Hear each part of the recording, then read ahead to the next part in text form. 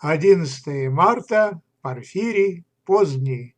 Считалось, что если перелетные пташки уже вернулись домой, можно ждать хорошего урожая хлеба. В этот день было принято кормить птиц. Доброе отношение к пернатым, по поверью, сулило достаток. А вот тот, кто обижал животных и птиц, надолго лишится благополучия, считали в народе. Были такие приметы. Воробьи собираются в стаи к ясной погоде.